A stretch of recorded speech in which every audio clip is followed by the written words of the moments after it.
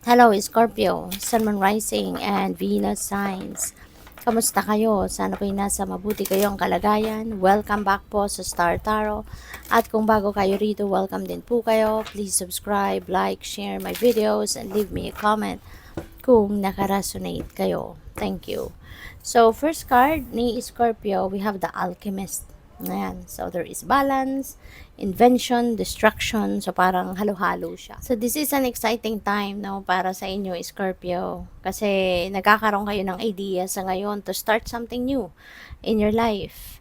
You know, hindi kailangan na, kasi 'di ba sometimes, or madalas, kapag meron kang sisimulang bago, kailangan ma-distract muna yung papalitan, 'di ba?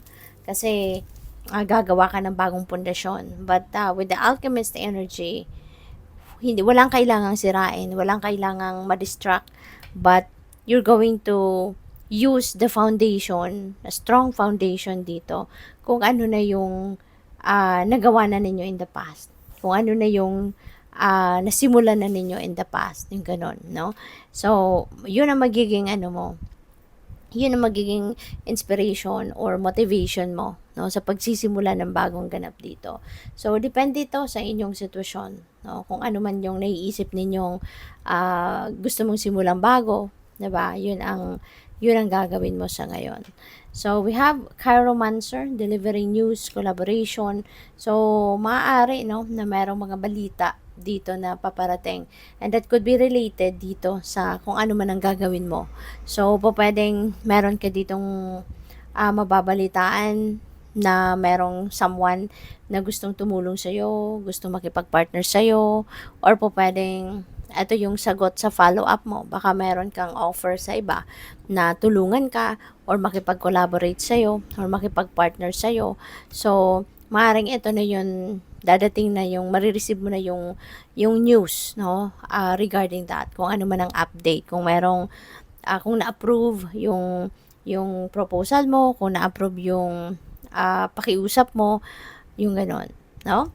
So, what else? We have the poet. Ayan. So, pwede na ang iba sa inyo rito is going to build a new relationship. Now, feeling ko din dito, pwedeng ang iba, baka ang gusto ninyong simulan dito is to create a new friendship. 'Di ba? Maybe you are meeting new friendships, maybe you are creating a new love and romantic relationship. So, pwedeng may ganon, no? Ang magaganap dito for some of you. So, good luck.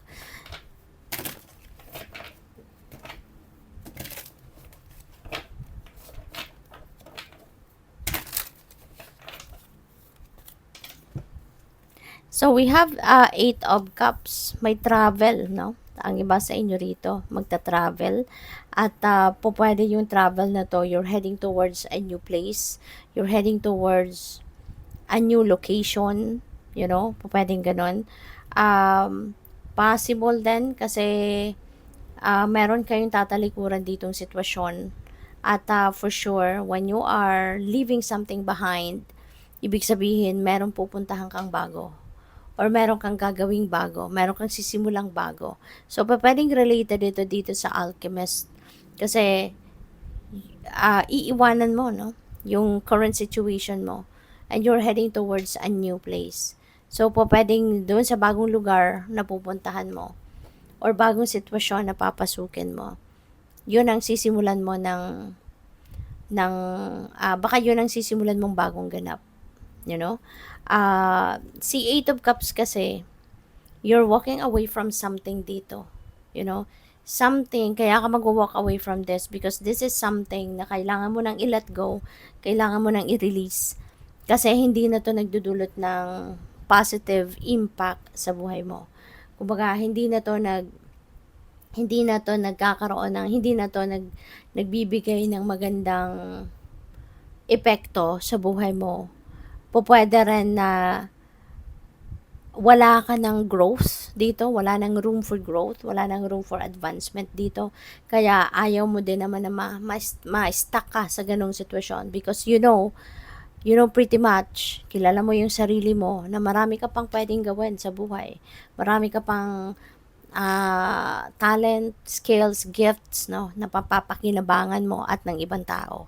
Kaya, maybe you are going to leave kung ano man itong sitwasyon na to, and you're heading towards a different path na kung saan alam mo na doon mo pa may express, no, kung ano man yung talento mo, yung ano mo, kung ano pa yung pwede mong gawin, no?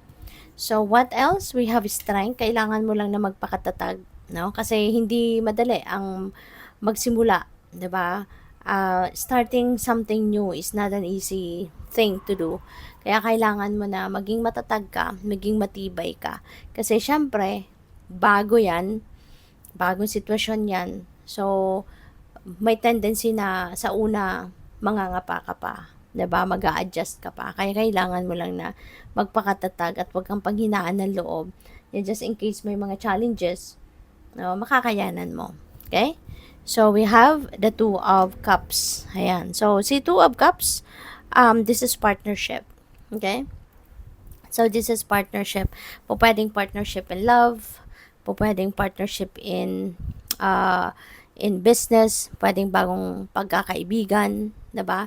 So definitely you're heading towards building a new relationship with another person. Kaya good luck sa iyo kasi po pwede, no, na yung partnership na to is going to be related dito, no, sa kung ano man ang sisimulan mong bago, 'di ba? So good luck. Thank you for watching. Love and light. Namaste.